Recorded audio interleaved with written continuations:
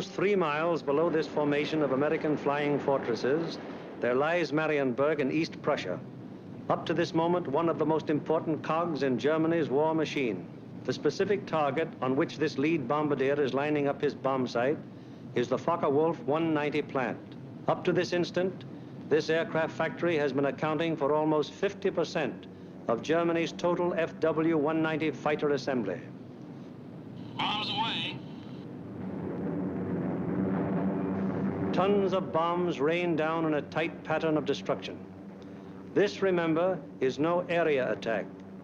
It is an assault on one single target, and any bomb that falls outside that target has failed to achieve its purpose. The assembly of fighters in this Focke-Wulf factory has come to a sudden and violent end. To many, the bombing of Germany probably seems to be little more than a series of capricious adventures, one attack unconnected in any way with the one that preceded it or the one that will follow it. It is easy for the average citizen to envision the positions of ground armies because of maps like these, which make the positions of the contesting forces quite clear. It is harder to express so graphically the progress of a bombing program. Yet there is a real line in this battle of Germany, not a geographical front, but an industrial one. In the British Isles, there are the Allied air forces. On the European continent, we have Regensburg, Marienburg, Bremen, Oschersleben, Warnemünde, and Kassel. These are the major German fighter assembly plants, and as such are actually the center of Germany's industrial defense line. However, these are only the places where the aircraft is assembled into the finished fighting machine. Component parts for German fighters are made at Anklam. Here's a real line in this battle of Germany, not a geographical front, but an industrial one. In the British Isles, there are the Allied air forces. On the European continent, we have Regensburg, Marienburg, Bremen, Oschersleben, Warnemünde, and Kassel. These are the major German fighter assembly plants, and as such are actually the center of Germany's industrial defense line. However, these are only the places where the aircraft is assembled into the finished fighting machine. Component parts for German fighters are made at Anklam, the Weser Flugzeugbau Works at Bremen, the Great Hedderheim Propeller Works near Frankfurt, the Aircraft Tire Factory at Hanover, the CAM ball bearing plant at Paris, and the ball bearing factories at Schweinfurt. Obviously, an assembly plant can't operate if other plants aren't building the parts from which the enemy planes will be assembled. Hulst produced 29% of all German synthetic rubber production and is in fact responsible for 18% of her entire supply of rubber, natural or synthetic. At Bochum, there's a great steel plant producing high-grade aviation steel. Herøya, up in Norway, is a great producer of aluminum and magnesium, metals which figure importantly in aircraft production. At Ham, there are great railroad marshalling yards, having a capacity of 10,000 freight cars a day. Much of the tonnage handled here is closely connected with the manufacture, assembly, maintenance, and repair of enemy aircraft. And so it is all over Germany and occupied Europe. Everywhere there are plants and installations that contribute directly or indirectly to the making of German aircraft. Industrial bastions which must first be ripped apart before the enemy's armies can be destroyed. The smashing blows by the Allied air forces at Hulst, Herøya, Regensburg, Schweinfurt, Hanover, and Frankfurt have had the result of piercing the German industrial line to the extent of 37.5% of estimated single-engine fighter production in September of 1943. If this rate of drop continues, there can be only one result: the eventual disappearance of the Luftwaffe as a defensive force. But these attacks have had other far-reaching effects. For instance, in January of 1943, just when the 8th Bomber Command had started daylight attacks against Germany proper, 42% of the German fighter strength was concentrated in Western Europe, 33% of it in Russia, and 25% in the Mediterranean area. After 10 months of American bombers appearing by day over Germany, the figures line up more like this. On the Russian front, 19%. In the Mediterranean area, 12%. And in Western Europe, 69%. Germany thought it was urgent enough to withdraw fighters from two important theaters, all in a vain attempt to save their crumbling industry from the grim, destructive blows of the British-American bomber offensive. That is why the Battle of Germany is being fought. Now we come to the problem, how are the targets selected? And what enormous effort is necessary for the 10 or 15 minutes that our air task forces will be over any given target. The daylight bombing offensive against Germany is the responsibility of the 8th Air Force. Under the 8th Air Force are the 8th Bomber Command, the 8th Fighter Command, and the 8th Air Service Command, all of whom contribute to every bombing mission. But it is the Bomber Command which is charged with the actual destruction of the selected targets. The Bomber Command, with which this picture is primarily concerned, is divided into 3 divisions. Each division has a number of combat wings. Each combat wing, in turn, has 3 groups. This is the chain of command. Since the operations which we are to follow, there have been some organizational changes, but they are principally changes of nomenclature and have not affected the broad strategical and tactical purposes of the organization. For instance, what is referred to as Bomber Command in this picture is now the 8th Air Force. Weather is the greatest single enemy of the 8th Bomber Command, for here is to be found the most changeable, treacherous weather in the world. To keep the most accurate possible check on weather conditions all over Europe, the RAF has established vast communication and reporting systems. Weather planes such as this Mosquito and our own B-17s are continually in the air in an effort to know in advance what the weather will be over Europe and the United Kingdom. Men like this supply a major portion of the data from which 8 main weather maps of Europe and of the United Kingdom are drawn each day. In addition, there are 4 upper air maps and 8 maps of a miscellaneous classification.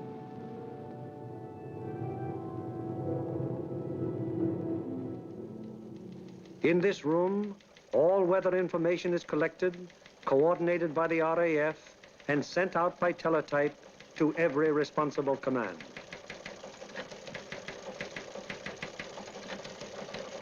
This is the weather section in the operations block at the Bomber Command. Here, the information gleaned from the weather stations is put together and correlated into weather maps. Accurate predictions must be made as to the direction and speed of the wind, downward and forward visibility, temperature, humidity, possible icing conditions, and probable atmospheric pressure at the bases, en route, and over the target.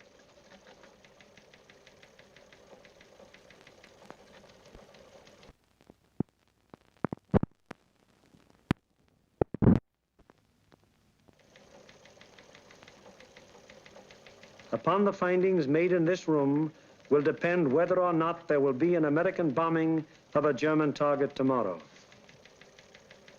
This is the operations room of the Bomber Command.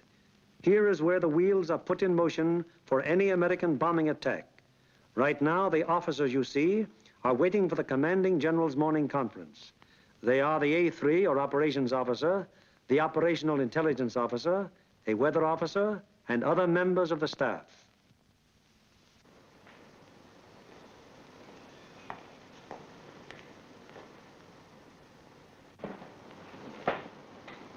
What's the weather prospects today, Major? It looks like most of Germany will be pretty good, sir. But we have a warm front approaching from down here, which we do not expect to affect the bases until late in the evening. How's the weather at Anklam? At Anklam, sir, we expect 2 to 5 tenths of low cloud and small amounts of middle and high cloud above 18,000 feet. Visibility 6 to 8 miles. How about Marienburg? At Marienburg, 2 to 4 tenths of low cloud, little or no middle or high cloud, visibility 6 to 8 miles. What will it be at Danzig and Gdynia? At Danzig and Gdynia, sir, 2 to 5 tenths of low cloud, 2 to 4 tenths of high cloud above 23,000 feet. Visibility in there about 5 miles, sir. Give me the map of Anklam and the picture of the aircraft factory there. Yes, sir.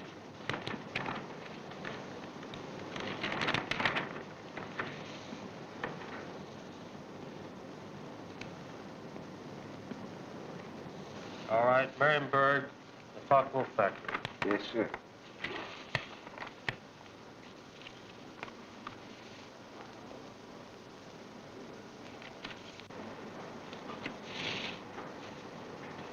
We will attack Marienburg with 2 combat wings, Anklam with 2 combat wings, shipyards at Danzig with 2 combat wings, and the port facilities at Gdynia with 2 combat wings.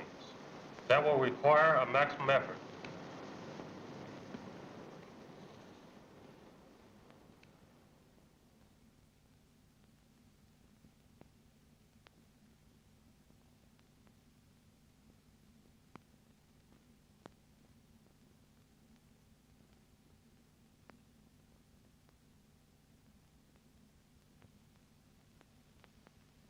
Now the various specialist officers then go into action.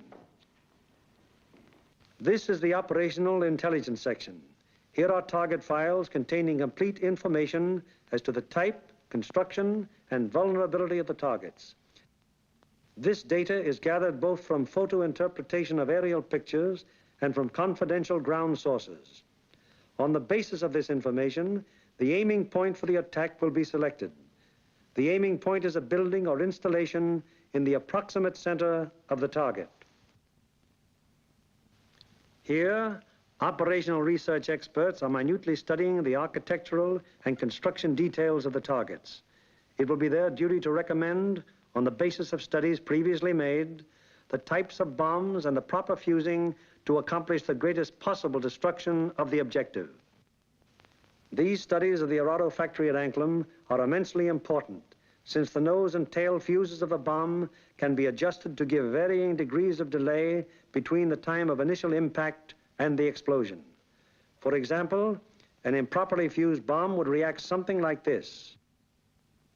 Result, very superficial damage that may hardly even cause delay in production. On the other hand, here's what happens when a properly fused bomb strikes the same factory.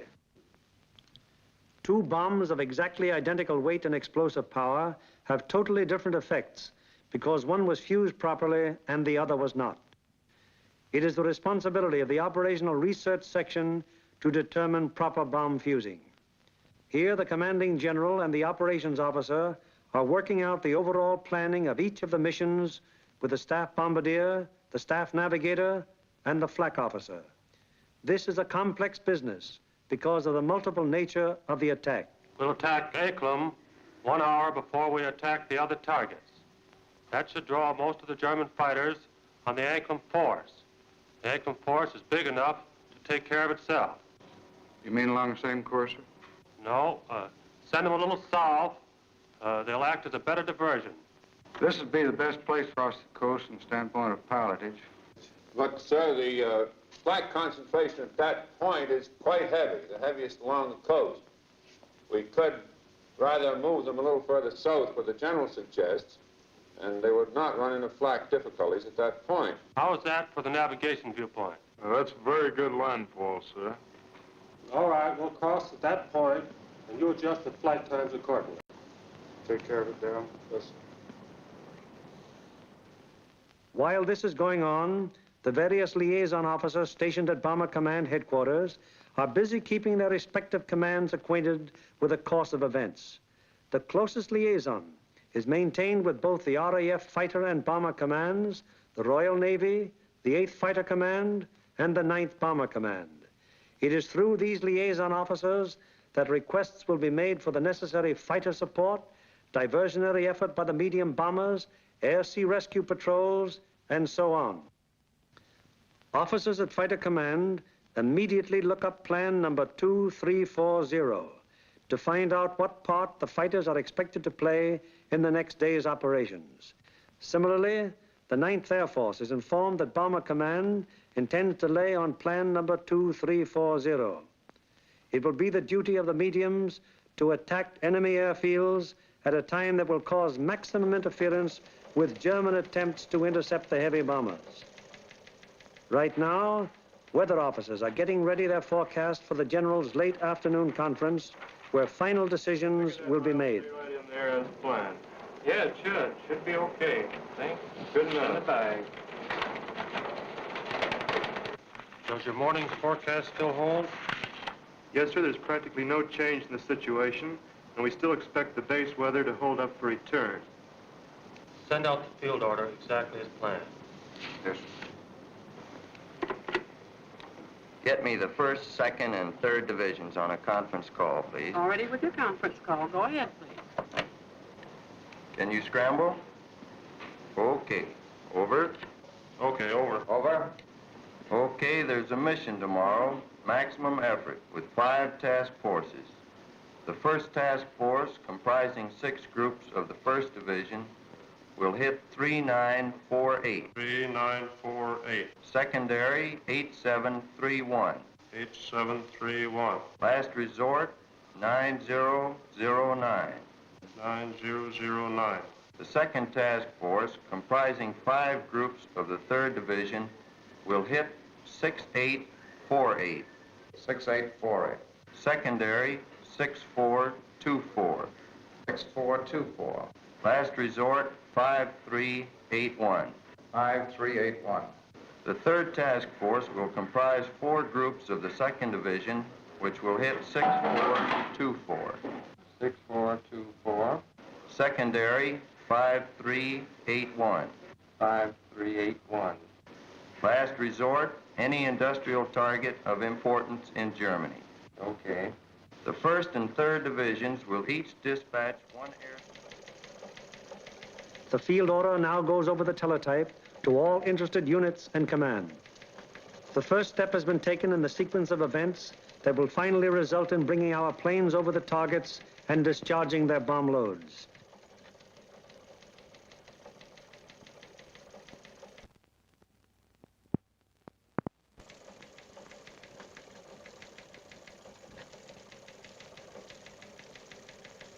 Command has conceived the mission and laid out general plans and routes. Division now plans in detail what command has ordered. The actual time of assembly of the various task forces is determined. The combat wings are assigned to their specific task forces, and the routes from assembly to rendezvous points and the target are charted. Many considerations go into the selection of the routes. Here is the commanding general of the 1st Division, which you will remember has 2 targets for tomorrow, Anklam and Gdynia. Control point here at 0 hour. Another control point here for the northern unit, 0 plus 40 minutes. The other friendly... From that timing, where will that put our northern force at the time that our southern force hits the IP? The northern force should be about the east coast of Denmark at that time, sir. It looks like we're going to catch all the fighters on the southern force, aren't we? Looks very much that way, sir. Well, I think we'd better bend that route around so it's headed towards Berlin. If we can pin those German fighters down in Berlin until we can get started home, they'll never catch us. At the 2nd Division, the target for tomorrow is Danzig. Danzig, eh? That's fine. How many ships will we have for tomorrow? Well, sir, if you recall, General, on our last mission we had heavy battle damage, and not all those aircraft are repaired yet. Call up the wing commanders and have them put pressure on the groups to get their maintenance crews to work on these ships tonight and get every possible airplane on the line in the morning. The 3rd Division, which will have for its targets Marienburg and Gdynia. Looks pretty good, sir. We're going to be right over a lake there for a good checkpoint at the turn. We're going in against the sun. The sun will be at our back, sir. Defenses at the target. Major Frost, what about the flak defenses? Sir, at the upper target, there are 24 guns. That approach is good. The lower target isn't defended by heavy guns. No heavy guns whatever at Marienburg. None, sir. The division's operations officer bases his precise plans on aircraft and crews available at the various groups. He then calls the combat wings to give them advance information before the field order actually arrives. Operator, give me combat wings for the conference, please. Okay. Scramble. Over. Okay. Over. Over. For tomorrow, 1st Bomb Division will be called on for 2 task forces. 1st task force will be made up of 2 combat wings On targets 3948. 3948. 8731. 8731. Last resort 9009. Lead group in this task force. Okay, ready to scramble? Over. Okay. Over. There'll be a mission tomorrow, and I want 2 groups from each combat wing. The target will be primary 6424. 6424. Secondary 5381. 5381. The last resort will be any industrial target of importance in Germany. Okay.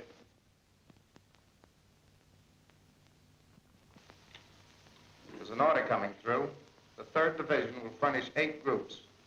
1st and 2nd wings, comprising the 2nd Task Force, will hit 6848. 6848.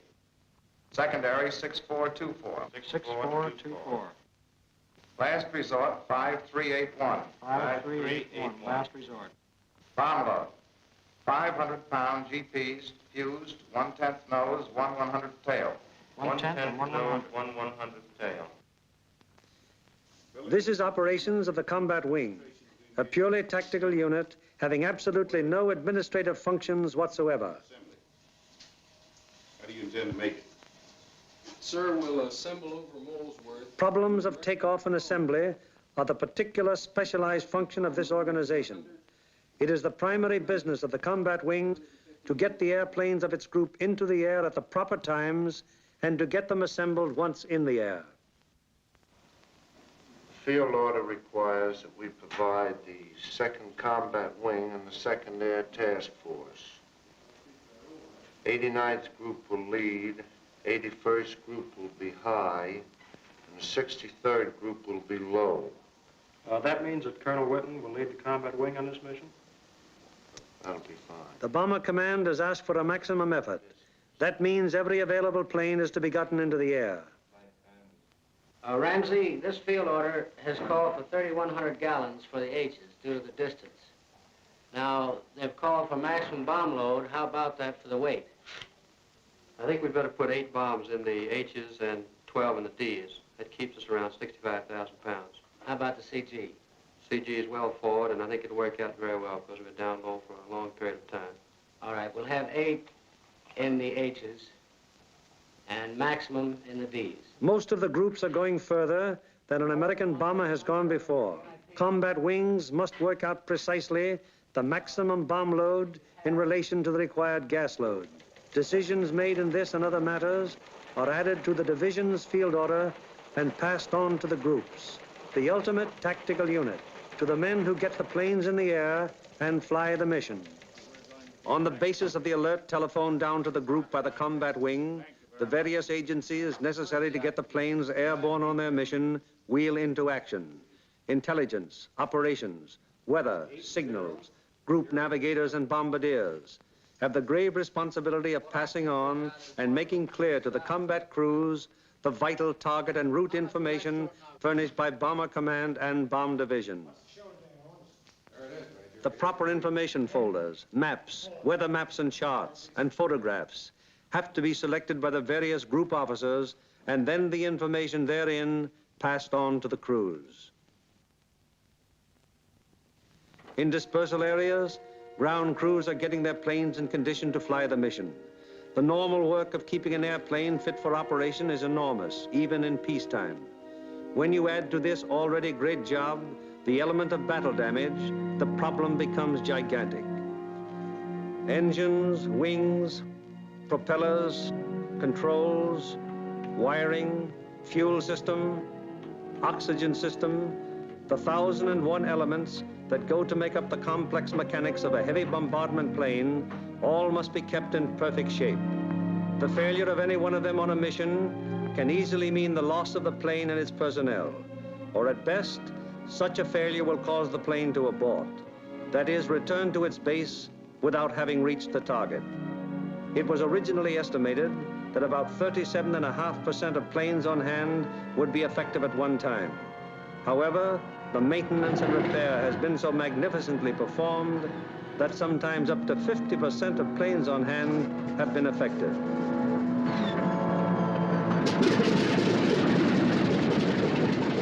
Ordnance is already at work, getting the bombs in their racks and loading ammunition onto the plane. These are 100-pound incendiaries.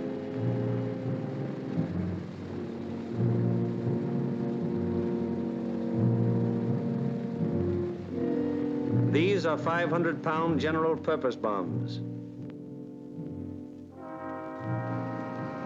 And these are 1,000-pound GPs.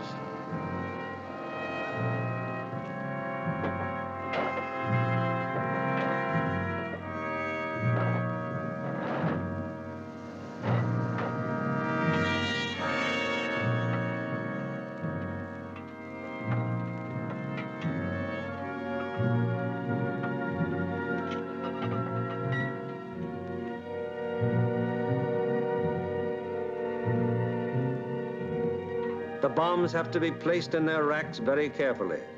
One bomb sticking in its rack through careless placement might make a whole mission useless so far as that individual plane goes.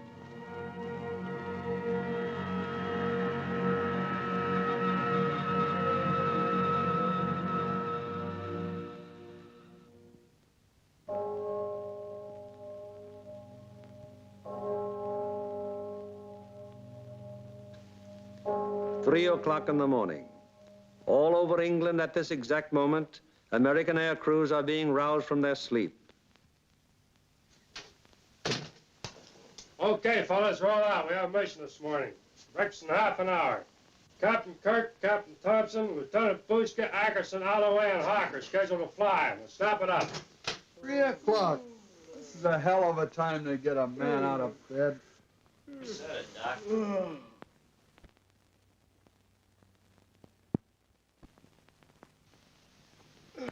Oh, come on, you drips, out of bed, breakfast in half an hour. Come on, Nick, rise and shine. All right, you dodos, let's go. This is it. Okay, fellas, let's go. Come on, Swifty, get it out. Let's go. Go, you guys. Hit the deck. Breakfast at 4, briefing at 5. Let's go. That's fine, just when I had a 48-hour pass coming up. That'd be a good deal. Can't you guys? You're ruining my beauty sleep. Through the cold of the English early morning, the combat crews go to their mess.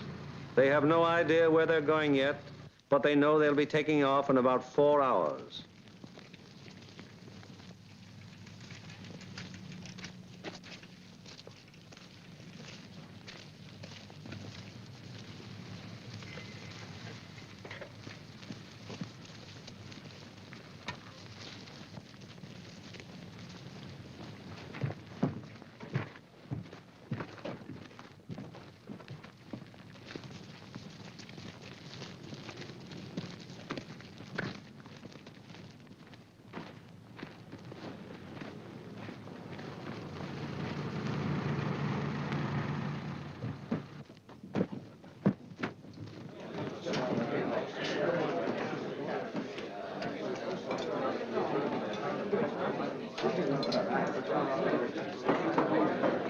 Well, boys, I wonder where we'll be today.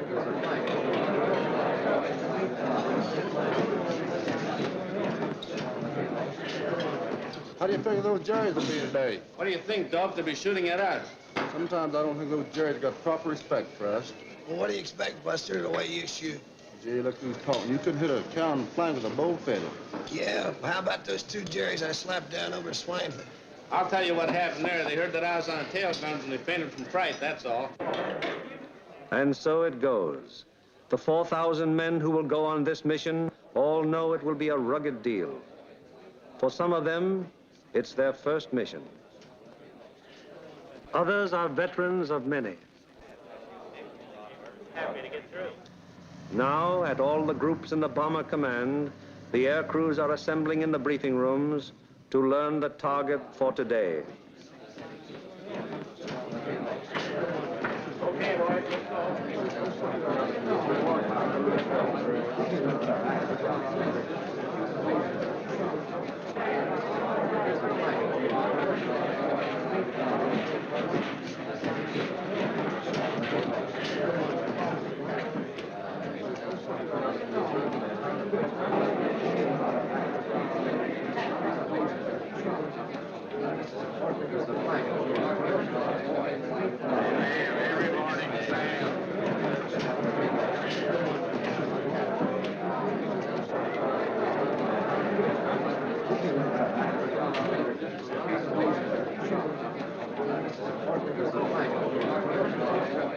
This is the briefing room of the 303rd Group.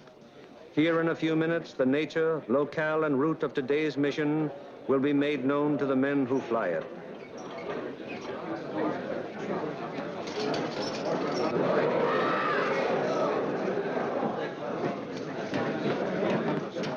Target for today is Anklam.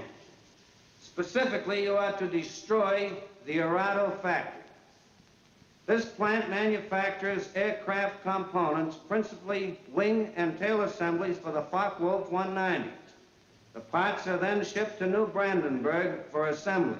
I cannot stress upon you too much the importance of this target. If it is successfully destroyed, it will have a very serious effect on Germany's aircraft production. Lights, please. Your IP is on the northwest side of New Brandenburg. Your heading on your run-up will be 45 degrees true. Immediately after your turn, you have an aerodrome on your right, almost directly north of the town. You should be able to pick out Friedland, 6 miles to your right and halfway between your IP and the target. Along this route, you should be able to see the main line railroad and the main road. From Friedland, the main road moves in toward your run-up and goes into Anklam, but the railroad terminates at Friedland. Shortly after passing Friedland, you will see a peculiarly formed wooded area On the right of your course. From here, pick out the aerodrome slightly southwest of the city and the intersection of the main railroad and the Peene River just outside of the town to the north. Night target map.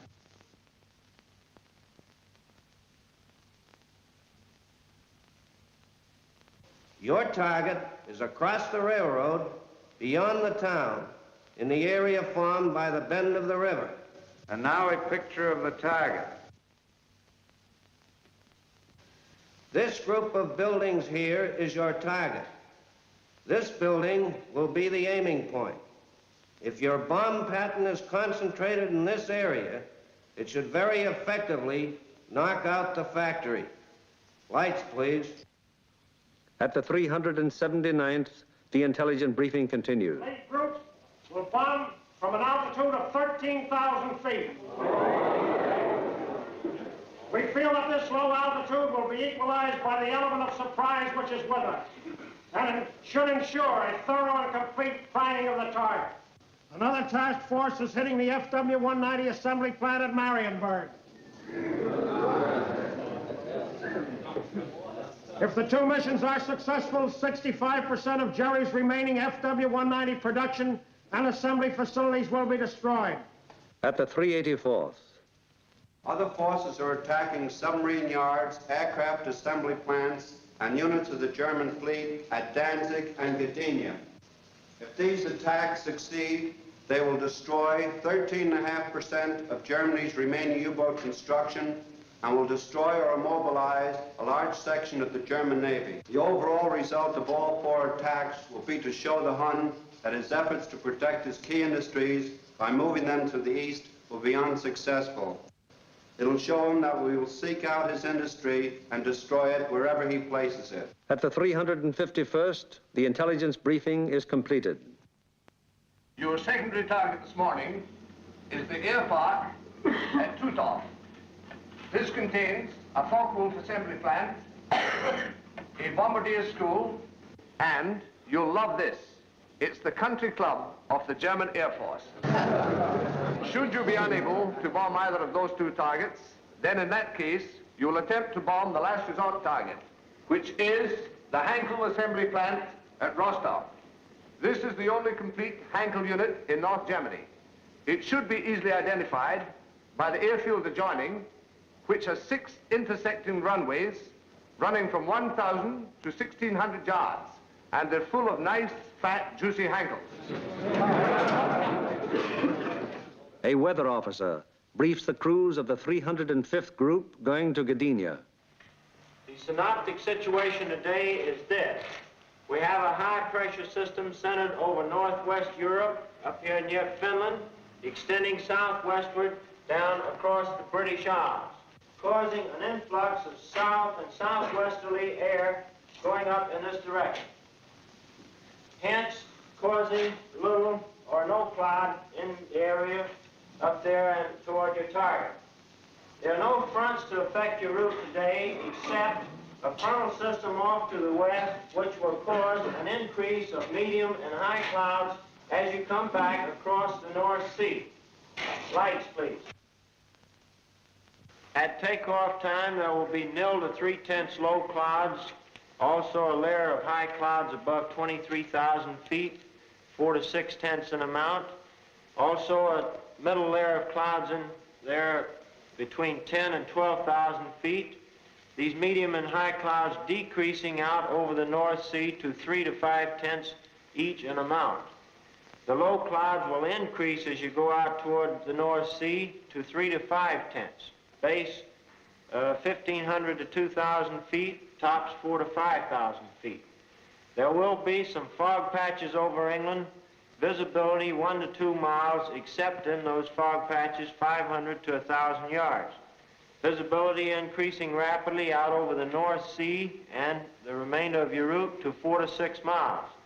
The high clouds continuing 3 to 5/10, and also the middle clouds on toward the target, decreasing to 0 at the target. Low clouds continuing 3 to 5/10, decreasing to 2 to 4/10 at the target, base 2,000 feet, tops 5,000 feet. Visibility 4 to 6 miles.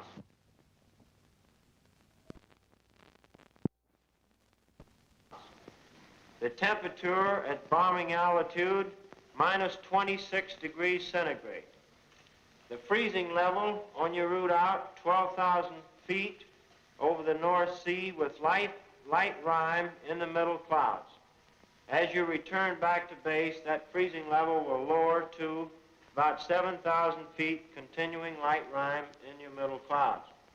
Now, on the return route, weather will be very similar to your route out, except your clouds increasing in amount as you proceed back across the North Sea. Base on return, visibility 4 to 6 miles.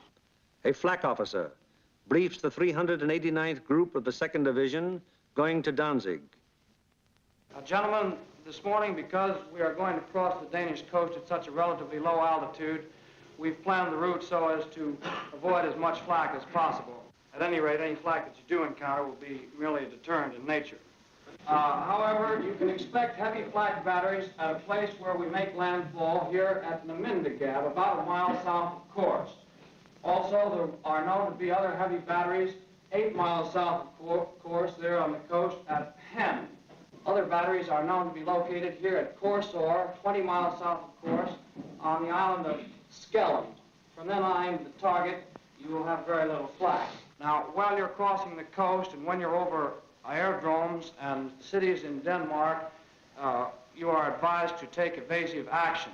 Now then, when you get to the target itself, your anti-aircraft fire from the ground will be known to be supported by fire from naval units. Now, for those of you who have never been fired on by a naval unit, I want to add that naval units can put up a hell of an intense barrage, and you want to look out for it. An operations officer briefs the crews of the 94th Group of the 3rd Division. This group is leading a formation to Mariensburg today. The 880th will be high group and the 764th will be low group. Bomb load of each ship will be 3 1,000-pounders, use 1/10 nose and 1 100th tail. Get that, bombardiers. You'll also carry 5 M47A incendiaries. You'll have full Tokyos, 1,000 gallons extra. Takeoff will be normal, assembly 1,000 feet over the field. After takeoff and assembly, proceed up this line to this point. This will be your combat wing assembly line. You'll leave the coast at this point here, that's Splasher 15. Let's not have any stooging around over England, it's a long haul. The 57th Combat Wing will follow us today at a 3-mile interval. Now to the 95th Group. B-26s will be hitting the Lille area and the lowland at approximately 0 hour minus 40 minutes.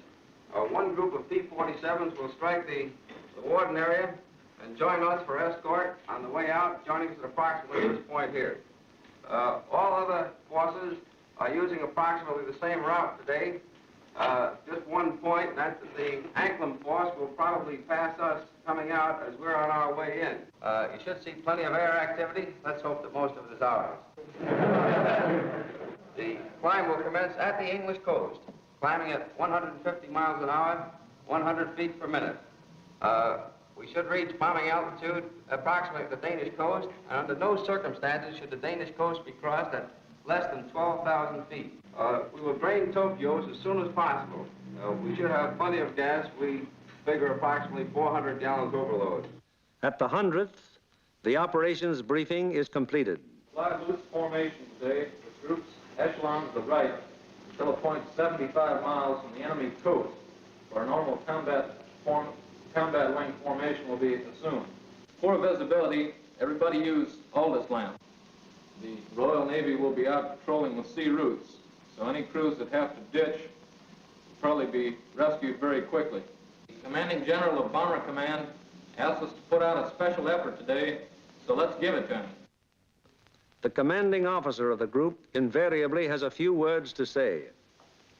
Men, the going's going to be rough. You're going to have to bow your necks in there and stay in there and pitch every minute. Now, gentlemen, this is the type of target you don't want to have to go back after the second time. If you fly a good, tight formation, get a good, dense pattern on that target, we won't have to. This Anklam crowd down here may pull most of the fighters off of us. However, that's just a guess. So particularly for you gunners, you've got to be on the ball from the Danish coast onto the target. Flak will be heavy, probably accurate, but you've been through worse before. Remember that your biggest enemy is still the single-engine fighter plane. Now, you bombardiers, take your time in going in on your releases. And don't allow the flak to worry you. It's merely to break up your formation. Now, if you get in any trouble up in this area, remember you can always board a sweep. Get down, it's a neutral country. And it's close over there. Could be rough. I don't think it'll be too bad. And whether it's easy or rough, I'll be sitting out in front, taking the whole works in. The main briefing over, the pilots, navigators, bombardiers, radio operators, gunners receive separate specialized briefings. These briefings are very technical and very thorough, and are held so that every member of the combat crew will understand exactly what he can expect and what is expected of him. Any lack of thoroughness here might very well result in the failure of a mission. As dawn breaks over the English countryside, it finds the ground crews still working grimly in an effort to get every plane in the air that is scheduled to be dispatched.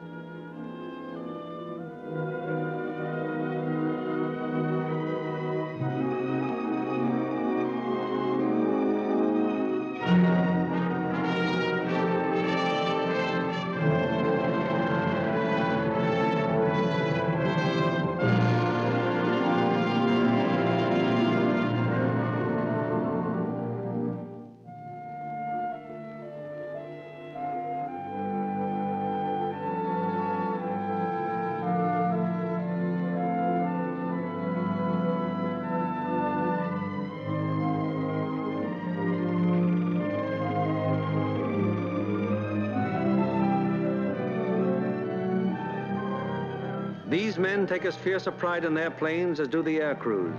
To each of them, it is a personal tragedy, reflecting in some way on their capabilities when their airplane is forced to turn back without having completed its mission, or when they have been unable to get an expected plane ready in time for a mission. It's getting on to the time when the combat crews go to their planes. Here they are in the crew room, putting on their flying clothes. Clothes and equipment especially constructed to ward off the intense sub-zero cold which they will encounter so shortly.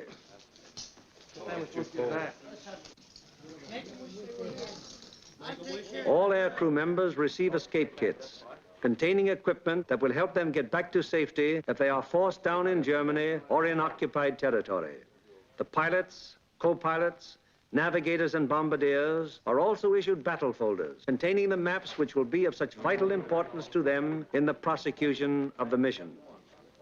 the men turn in all personal papers and valuables, which might serve to give the enemy information in case of capture.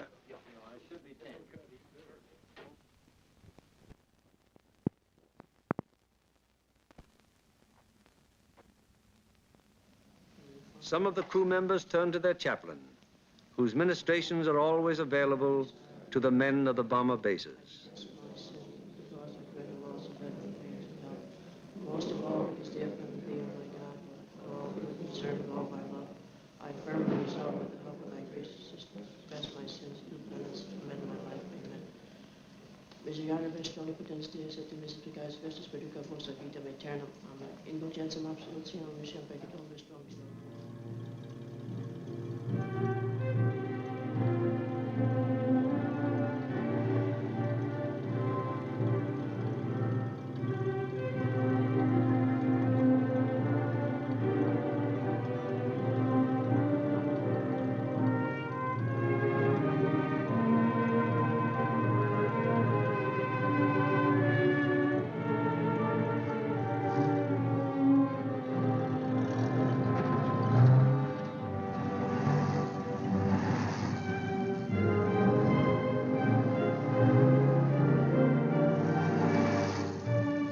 So changeable is the weather in the European theater that sometimes widely varying conditions will be found on fields only a few miles from each other.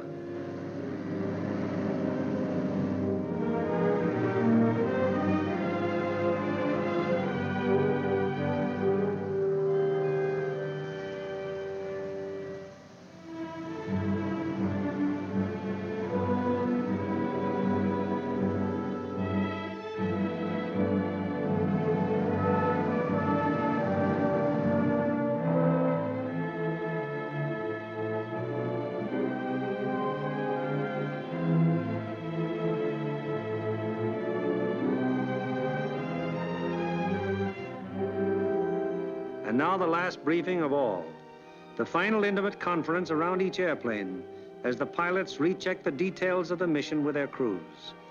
Crew members have ceased to exist as individuals. They are now 10-man teams, and on the excellence of their teamwork will depend the success of the operation.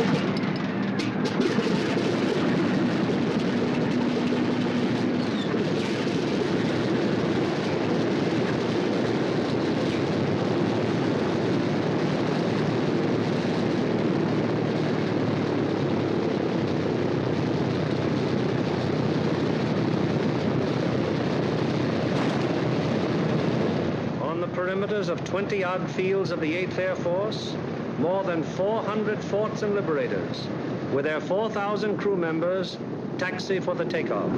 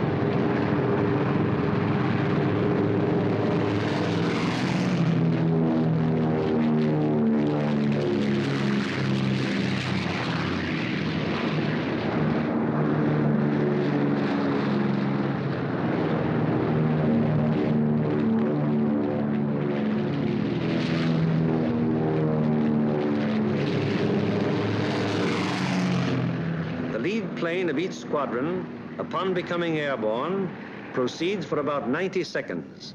It banks sharply to indicate its turning point, then goes into a slow left turn.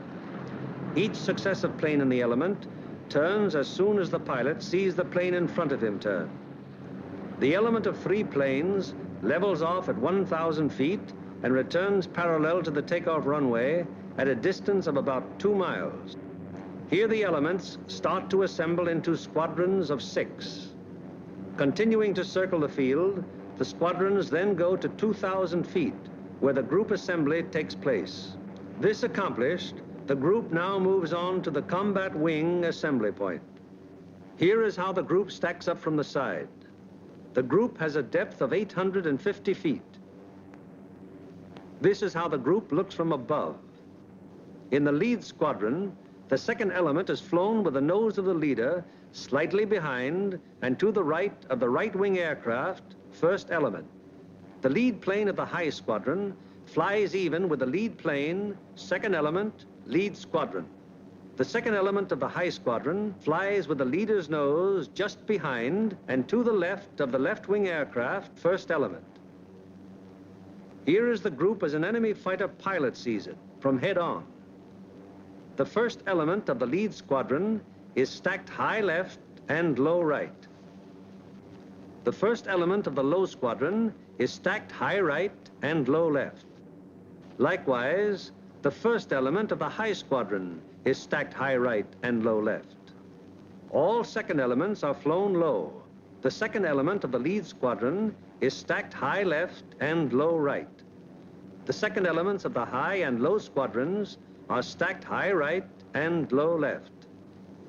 Experience has shown that this arrangement of the group brings to bear on attacking fighters the greatest possible amount of firepower by utilizing to fullest advantage the field of fire of each gun in the formation.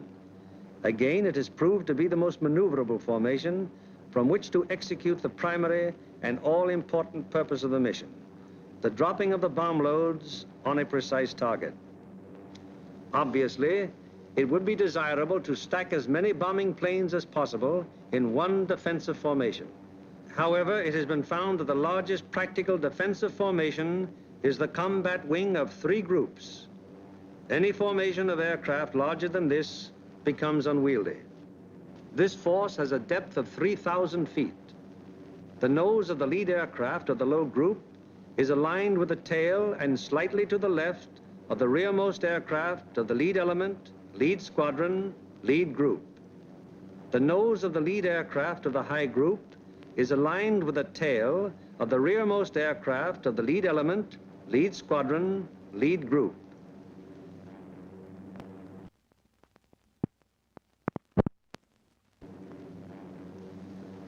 The combat wing having been assembled, they now move on to make rendezvous with the rest of the task force. In this case, another combat wing.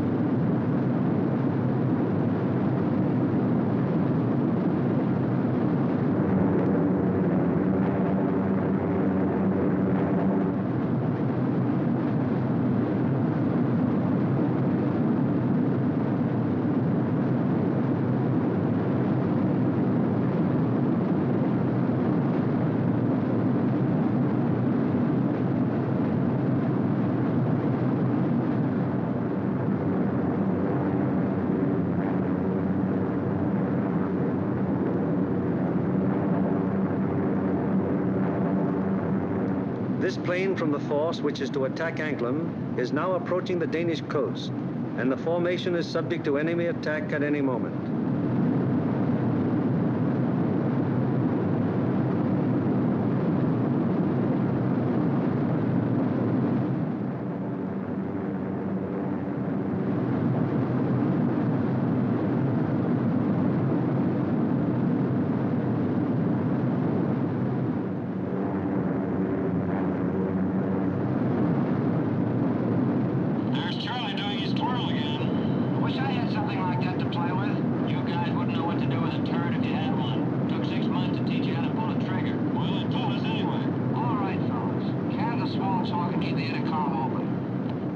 It is now 10:30 hours, and Denmark has been penetrated to some distance without any great opposition as yet.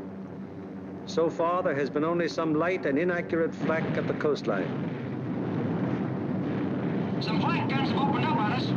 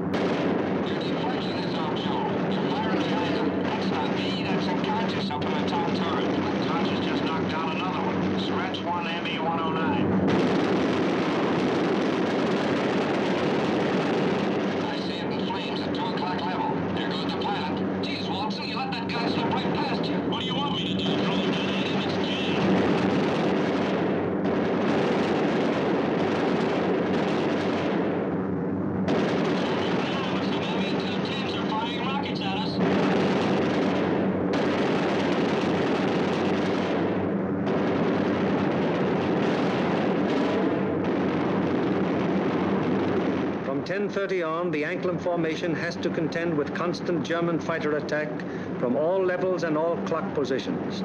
During this time, the gunners aboard the fortresses knock down fighter after fighter. However, the gunnery of the forts, no matter how sensational it may be, is only to ensure the successful performance of the mission. It is not the job or purpose of forts or liberators to seek out action with enemy fighters. They merely defend themselves against enemy fighter attack so that they can destroy their target and bring their crews back safely to their home bases.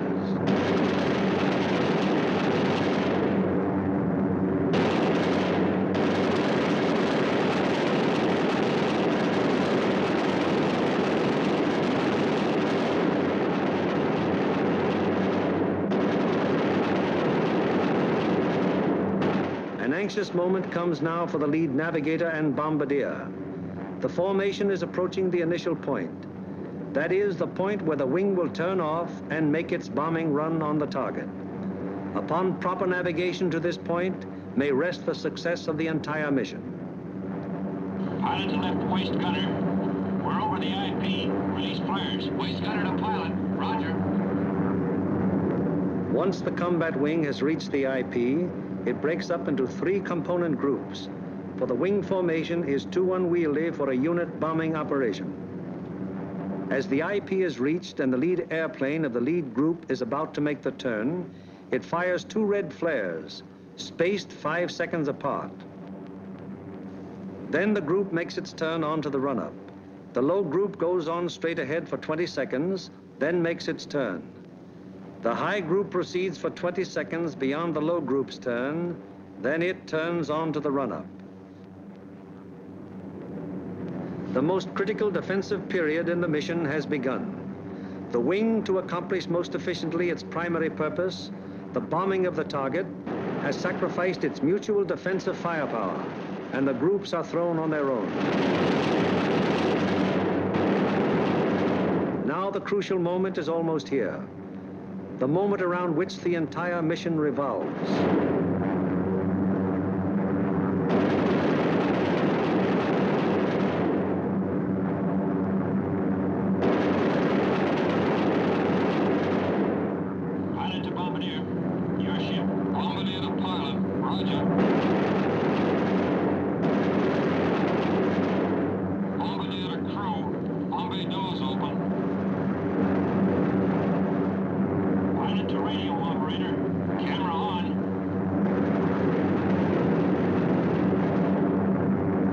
Bomb bay doors open, the group is committed to its attack. No evasive action may be taken until the bombs are away. And at this time, the formation is most vulnerable to attack, both from flak and enemy fighters.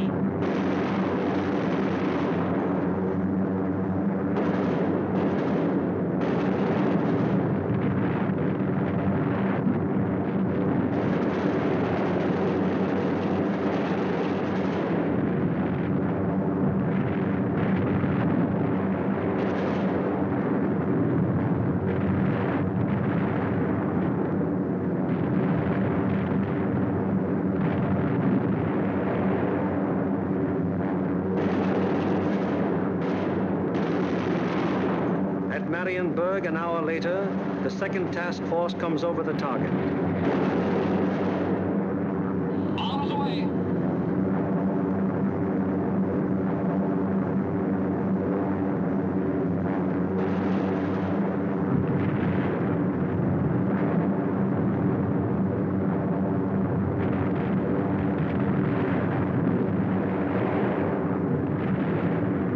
The third task force comes over its target at Danzig. Bombs away.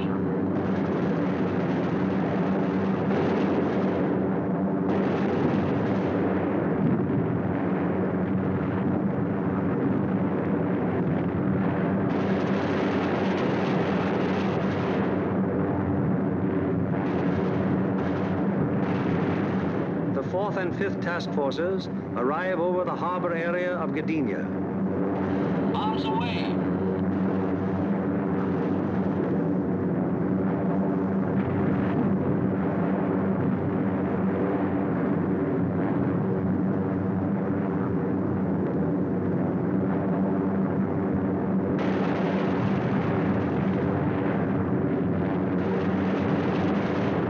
Bombs away on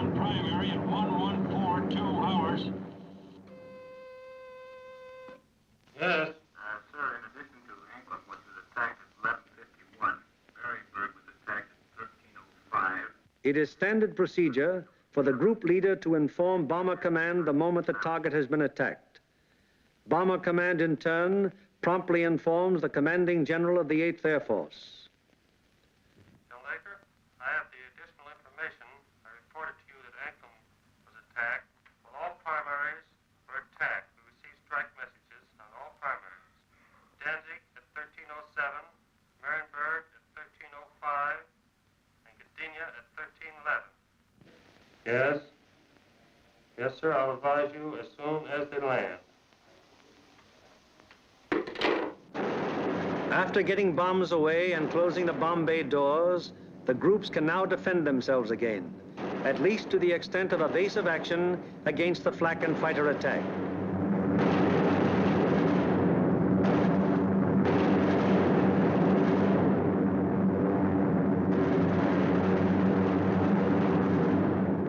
The lead group flies a straight course for 15 seconds before turning off to the rally point.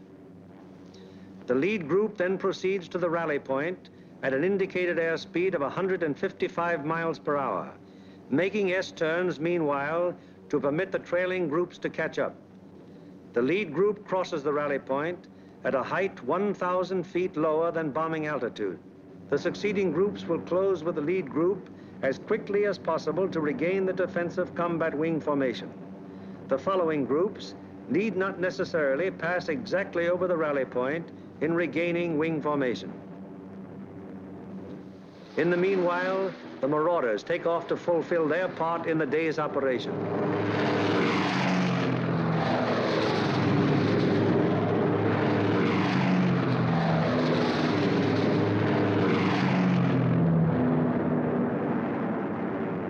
They bomb the aerodrome at Woensdrecht, one of the most important of the enemy's fighter bases. This blow by the medium bombers is timed so as to provide the maximum interference with the enemy's capacity to intercept our withdrawing heavy bombers. Last off are the fighters. Their great speed will enable them to reach the Leeuwarden district in a short time, sweep the area clear of enemy fighters, then give the heavy bombers withdrawal support from the enemy coast home.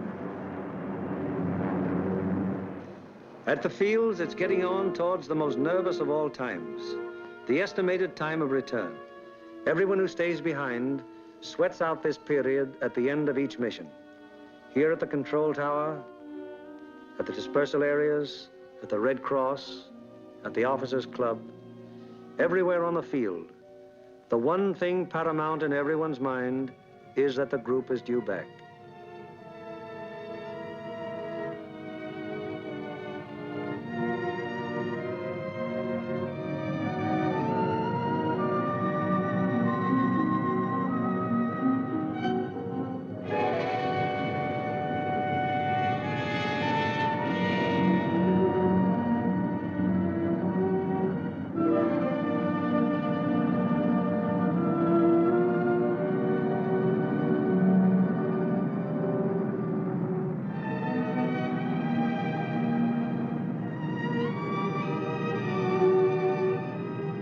Went out to attack the target.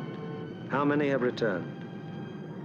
1, 2, 3, 4, 5, 15, 16.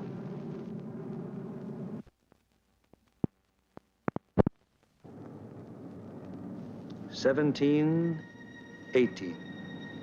18 dispatched, 18 returned. 23 dispatched,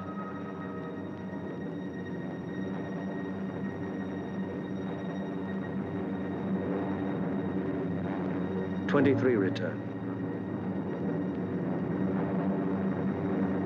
However, there are other groups which weren't so fortunate.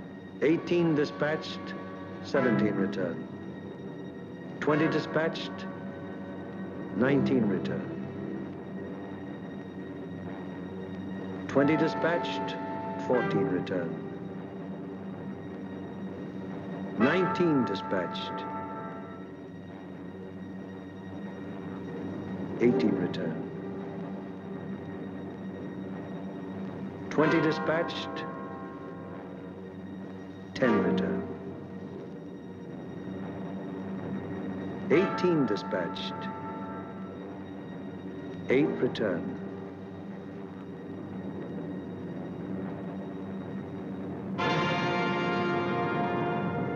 Flares dropped from aircraft signal the presence of wounded aboard.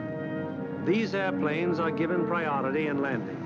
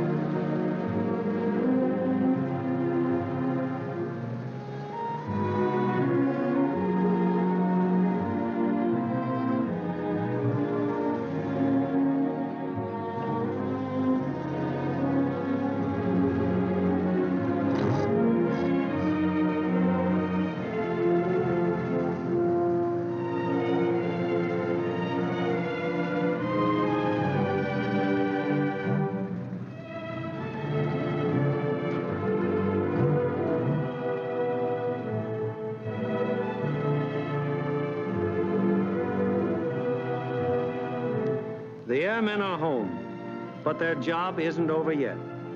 Before they can go to their billets for a well-earned rest, they must first undergo one of the most important phases of any mission, interrogation. It is highly important to question the crews at the first possible moment after the mission, while their impressions and memories are still fresh.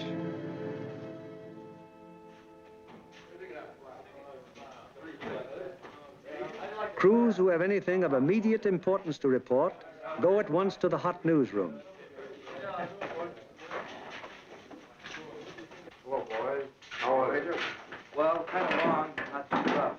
Best bombing job we've ever done. Good, good. Somebody in trouble? Yeah, we saw a 1B-17 go down there just before we made landfall. Where was that? Well, that was at 5240 north. 5240, yes. 1 degree, 50 minutes east. 0150 east. Yes, and what time was it? That was at 1524. And was that a G-fix? That was a G-fix, yes. And we had the radio operator get on the MFDF section. He sent in the coordinates of the fix. Good. And I had my radio operator turn on his IFF to emergency when we saw it go down. Okay. And what happened? Well, the ship went down, apparently under control, and saw it hit the water. Yes, I was looking through the glasses, and I saw 2 dinghies come out, and 10 men, apparently all okay, Major. Good. And what altitude were you? We were at 5,000 feet at the time. Okay, anything else? No, settle up for a cup of coffee. It's waiting for you, boys. Thank you.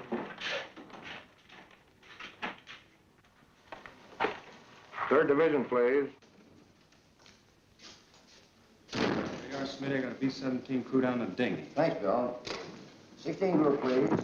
Special aircraft priority. Flight control, please. 16, bomb division here. We have a B-17 reported fixed at 52 degrees, 30 minutes north, 1 degree, 30 minutes east. That's right. He was seen to ditch, yes. He was seen to ditch at 15:24 hours by the reporting aircraft. 2 dinghies were seen to break out, and 10 men got into them. The reporting aircraft is at 5,000 feet. Yes, that position's an MF fixed. Okay, 16. Thank you.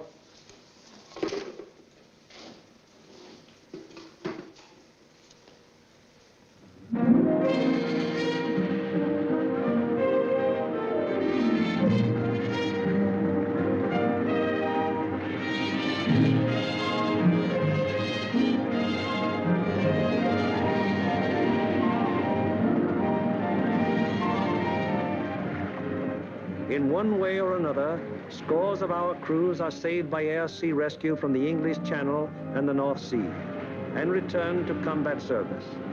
Aside from human values, a trained fortress crew is even more valuable than the plane they man. And the work of the air-sea rescue unit has been of enormous value to the 8th Air Force. The hungry crews are fed enough to hold them until they can be interrogated and get to their regular chow. These men are from the groups that went to Anklam. What time did you go over the target? At 11:43 hours. We went in at 12,000 feet. Did you get your bombs on the target? Yeah. What about enemy fighter opposition? Well, that's something we consider not discussed. Really? Well, let's get some of the details. Where did it begin, Paul? Well, they first jumped us at 10:30 there just off the Danish coast. And how long did the attack continue? They stayed with us to the target and until 13:27. Then at 13:45, we had another group attack and stayed until 14:05. We had a couple more attacks, and the last one was at 15:26, just off the Danish coast coming out. And about how many enemy fighters did you see? Well, I don't know how many of them might have been repeated, but I saw 60 or 70 myself. I couldn't keep track of them, sir, but I counted about 65. I stopped trying to count when I got to 50, sir. Well, do you think it'd be accurate to say, then, that your ship saw between 65 and 80 enemy aircraft? Yeah, that's right. What type of enemy aircraft did you encounter? Well, from what I could see from the tail, they threw the book at us. FW-19s, ME-109s, 110s, 210s, Dorniers, even Ju-87s and 88s. I saw a couple of Focke-Wulf 189s, at least 2 Heinkel 111s. What positions did they attack from? Oh, they came from all over the place. Fighters are pressing home their attacks from 300 to 400 yards. Would you characterize these attacks as determined? Determined? Oh. Brother, you can say that again. No, I think those guys are really trying to shoot us down. I wouldn't be surprised. How would you describe the enemy fighter tactics? Well, I describe them as murder. Yes, they usually attacked in formation, queue up about 300 or 400 yards away, 12 to 13 single-engine fighters, come barreling right through the formation. How'd the twin-engine fighters react? They stayed out to the side and above, just out of the range of our guns, and shot cannons and rockets at us. Then they'd queue up and press home a regular fighter attack. What caliber would you say the cannons were? My guess would be 37 millimeters. What do you think, Adam? What about the rockets? We shot a lot of them. I didn't actually see any hit our formation, but they weren't doing us any good. I saw one of them blow a wing off the 17 below and ahead of us. They started to spin in. Any shoots? No, sir, I didn't see any. Where was this? Over the target, right after we talk about bombs. Fellows notice any distinctive markings on the enemy aircraft? Yeah. Oh, quite a few. There are a number of FW-190s, mostly yellow noses, some white noses. No red nose. No, I didn't see. Boy, those yellow-nosed boys really come in close, don't they? Did you see that one come right on our left wing? Yeah, I saw a 109 with black and white diagonal markings under the wings. Black and white, huh? Had white nose. All right. Yeah. Getting back to those rockets, I believe that Jerry can reload his rocket guns from inside the ship. I think you can. That'd be my guess, too. I saw at least 9 bursts from rocket guns on one ME-210. 9 bursts, all right. Talking about 210s, there was one that came in and shot a cluster. It looked like clay pigeons to me. Say, those things look like baseballs to me. Can you describe that more fully? How did they react? Well, they didn't look like baseballs. It was more like streamlined and smoked all the way down, but they didn't explode. Didn't explode, huh? No. What about planes? I knocked down 2. They were making attacks about 5 o'clock level. Yeah, I saw them. One of them blew up in the air, and the other one went down in flames. The pilot of the second one bailed out. That was at 11:44. We were right over the IP. Were any other guns firing at these planes? No, sir. These were my babies. Any more? Yes, sir. I got one destroyed and one probable. I knocked a 210 down right over the target. The plane exploded in the air. I got a burst at a 110, and it started down in flames. I couldn't see whether it went all the way down or not. We were under constant attack. Bombing results and enemy fighter reaction are only one phase of the interrogation.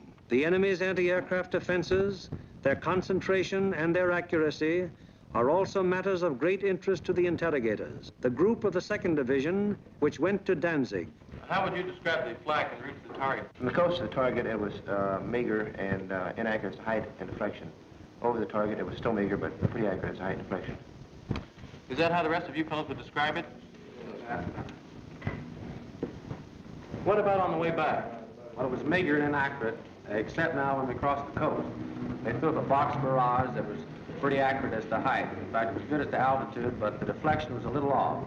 The first burst hit about 100 yards ahead of the lead plane, and we felt the concussion of it, right? We got a couple of flak holes in fuselage right around my gun position. Any other battle damage? A couple of flak holes in the nose.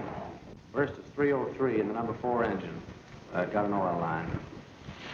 What was your altitude when this box barrage almost caught you? 21,500 feet. Did any of you notice anything unusual or peculiar about the flak burst? No, it looked like the same old black flak to me. What's the 6th we have seen her? Also valuable to the interrogator is any intelligence that might be picked up by the crews en route to or from the target.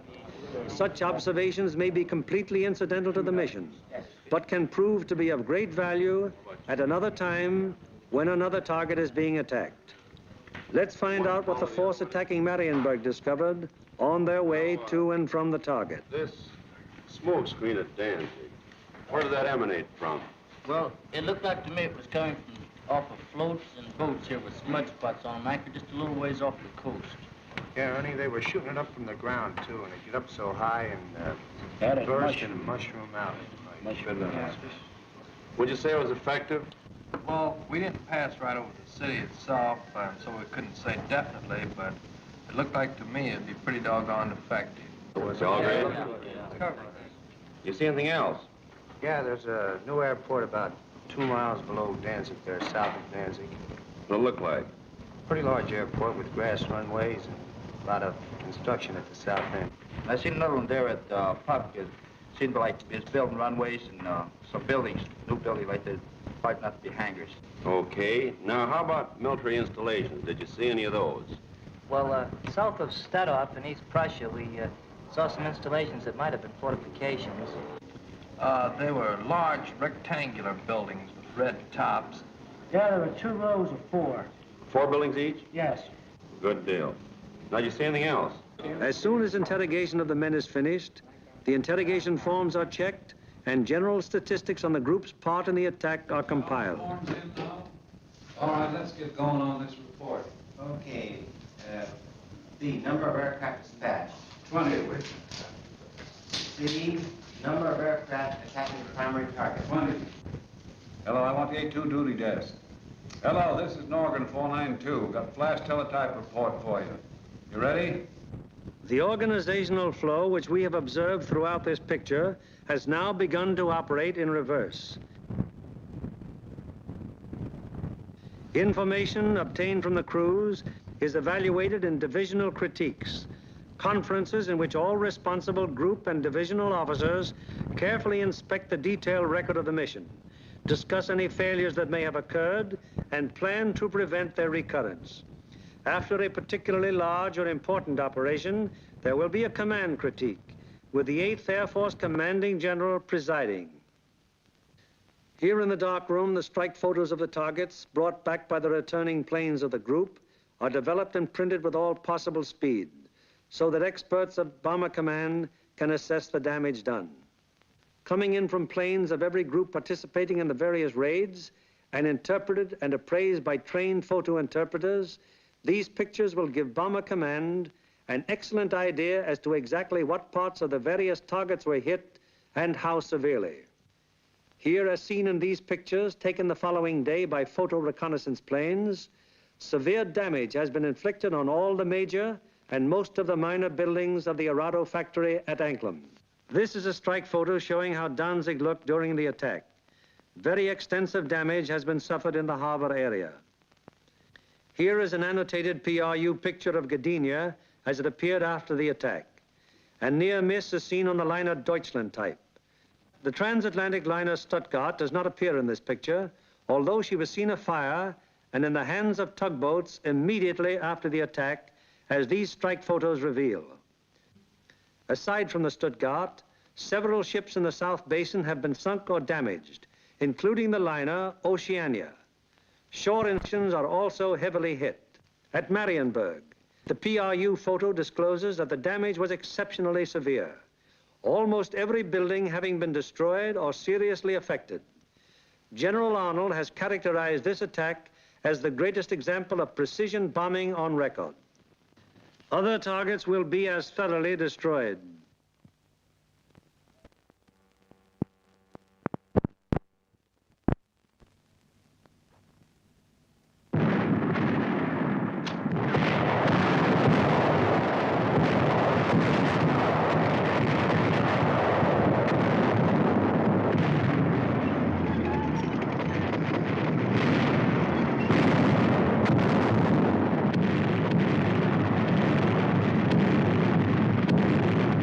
Today, while the invasion armies are pressing the Battle of Europe, the Battle of Germany continues. Day by day, whenever weather permits, heavy bombers roar out over the heads of the advancing ground forces, blasting away systematically at vital industrial installations hundreds of miles to the rear of the enemy lines. Now, in contrast to earlier days of strategic bombing, when forts and liberators fought their way alone, fleets of long-range fighters, Mustangs, Thunderbolts, Lightnings, convoy the big bombers all the way to their targets, targets which may be anywhere in German-occupied Europe. The flood of supplies, so necessary to the survival of an army or a nation, synthetic rubber, steel, food, fuel, textiles, this flood is gradually being reduced to a trickle. And finally, even this thin, inadequate stream will die away. Then the German armies in the field and the German workers on the home front will have no food for their stomachs, no clothing for their bodies, no metals for their machines, and no fuel with which to run them. Then the Battle of Germany will be won, and with it, the Battle of Europe.